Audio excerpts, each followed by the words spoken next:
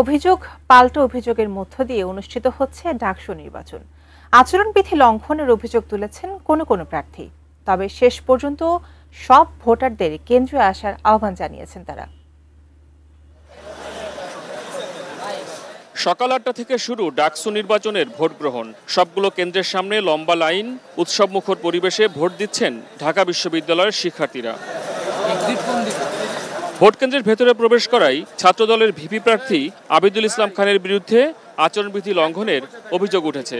তবে নির্বাচনের সার্বিক পরিবেশ নিয়ে সন্তুষ্ট প্রার্থীরা। আমরা যারা প্রার্থীরা আছি আমরা দায়িত্বশীল আচরণ করব, পাশাপাশি বিশ্ববিদ্যালয়ের প্রশাসনও সেখানে দায়িত্বশীল আচরণ করবে।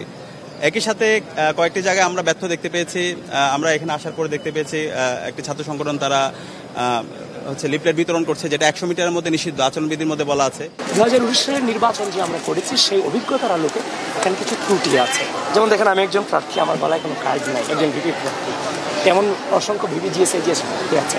প্রয়োজন ছিল এইটুকু করার প্রয়োজন ছিল, এই জায়গাগুলোতে একটু ঘাটতি আছে। এখনো পর্যন্ত পরিবেশ অনেক ভালো দেখছি, তবে কাল থেকে আমার নামে অনলাইনে নানা ধরনের প্রোপাগান্ডা ছড়ানো হয়েছে যাতে আমাকে আমার ভোট কমানো যায়, আপনারা দেখবেন। এবং এস্টাবলিশ মিডিয়া যারা আছে বিভিন্ন পার্টির, সেই এস্টাবলিশ মিডিয়াগুলো থেকে ছড়ানো হয়েছে। অ্যান্টিব্যাকটেরিয়াল অ্যাডিটিভ যুক্ত সেরা ওয়াটার ট্যাঙ্ক বিশুদ্ধ পানিতে ব্যাকটেরিয়া জন্মাতে দেয় না। নির্বাচনের আচরণবিধি অনুযায়ী কেন্দ্রের 100 গজের মধ্যে কোনো ধরনের প্রচার চালানো যাবে না, তবে নিয়ম নীতির তোয়াক্কা করছেন না অনেকেই। প্রার্থীদের মধ্যে যেমন একটা মনোভাব থাকার কথা ছিল সেটাও নাই। নির্বাচন কমিশন যেভাবে হচ্ছে আচরণবিধি সেট করে দিয়েছেন, সেগুলো পালন করার বিষয়ে তারা যেভাবে স্ট্রিক্ট থাকবেন, তাদের মধ্যে সে মনোভাবটা আমরা দেখতে পাইনি এখন পর্যন্ত। আচরণবিধি লঙ্ঘনের যে ঘটনাগুলো হয়েছে সেটা যাতে নির্বাচন কমিশন আমলে নেয়। আমরা চাচ্ছি যে এখানে একটা ফ্রি অ্যান্ড ফেয়ার ইলেকশন হোক। আমার মনে হয় যে এখানে যদি সর্বোচ্চ 30,000 প্লাস আমরা কাস্টিং আশা করতে পারি। মানুষজনের মধ্যে উৎসবমুখর পরিবেশ দেখা যাচ্ছে, পরিস্থিতি যথেষ্ট পরিমাণে শান্তিপূর্ণ আছে। নানান রকম অভিযোগের খবর আমরা পাচ্ছি, কিন্তু সেই অভিযোগের খবর তো বড় নির্বাচনের ক্ষেত্রে থাকে।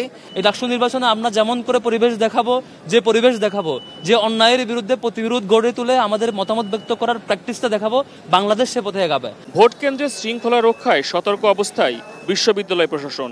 তবে সার্জেন্ট জহুরুল হক হল এবং সলিমুল্লাহ মুসলিম হল কেন্দ্রের সামনে সকালে কিছু সময়ের জন্য উত্তেজনা ছড়ায়।